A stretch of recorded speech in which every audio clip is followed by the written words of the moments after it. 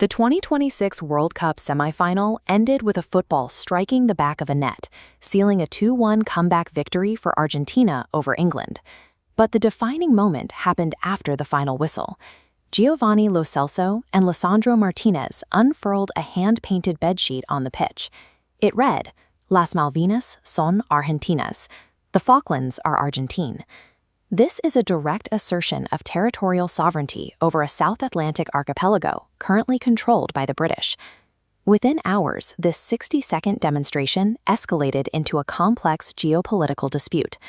The United Kingdom's Prime Minister issued a sharp defense of British sovereignty, demanding accountability for breaking FIFA's strict prohibition against political messaging. A piece of fabric on a football pitch created a sudden, severe diplomatic rift between the United Kingdom and its closest military ally, the US.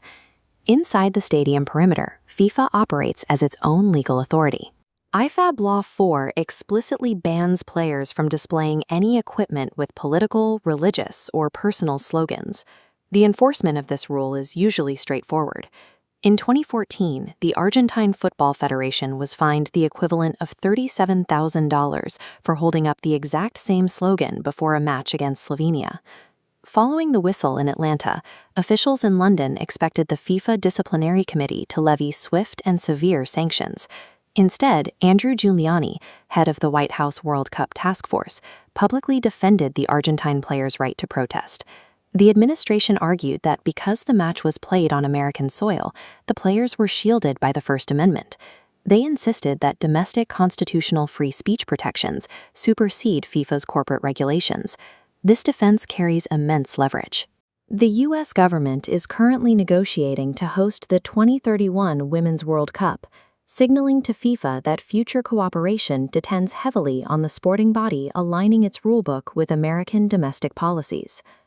Through a quirk of tournament hosting, American constitutional law is now actively shielding a foreign nation's territorial claim against a core U.S. military partner. This map illustrates the physical distances at the center of the dispute. The Falkland Islands sit in the South Atlantic Ocean, located roughly 300 miles from the coast of Argentina and 8,000 miles away from the United Kingdom.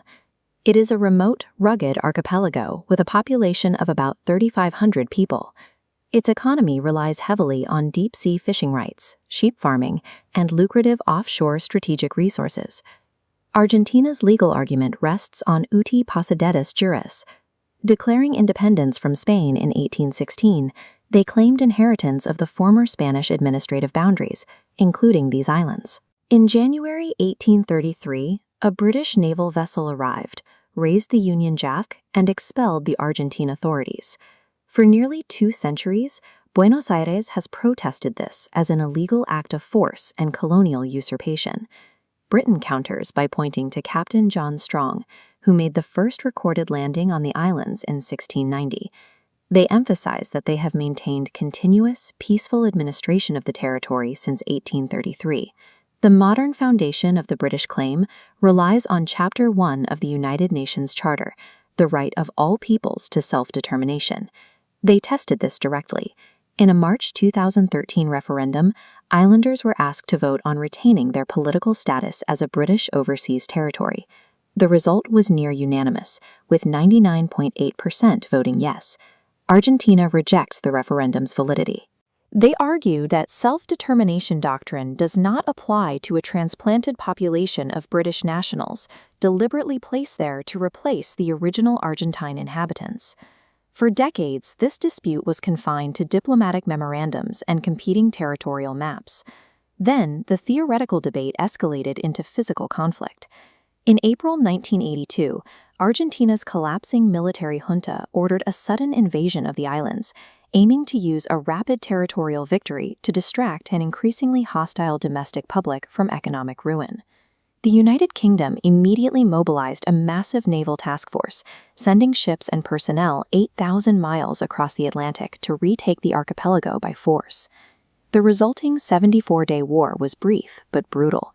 The fighting killed 649 Argentine troops, 255 British service personnel, and 3 civilian islanders in the freezing conditions of the South Atlantic. The British victory triggered an immense surge of patriotic pride across the UK. For Argentina, the surrender left a profound, lingering psychological wound. Defeated militarily by a major global power, Argentina sublimated this intense national trauma into the only highly visible, emotionally charged space remaining to them: international sport. The football pitch had already served as a proxy battleground.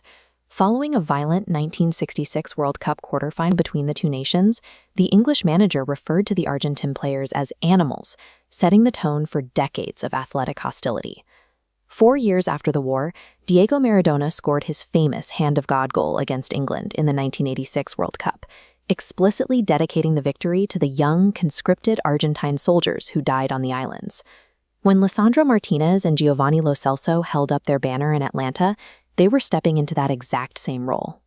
They acted as modern proxies, using the global broadcast to symbolically litigate a 40-year-old historical defeat.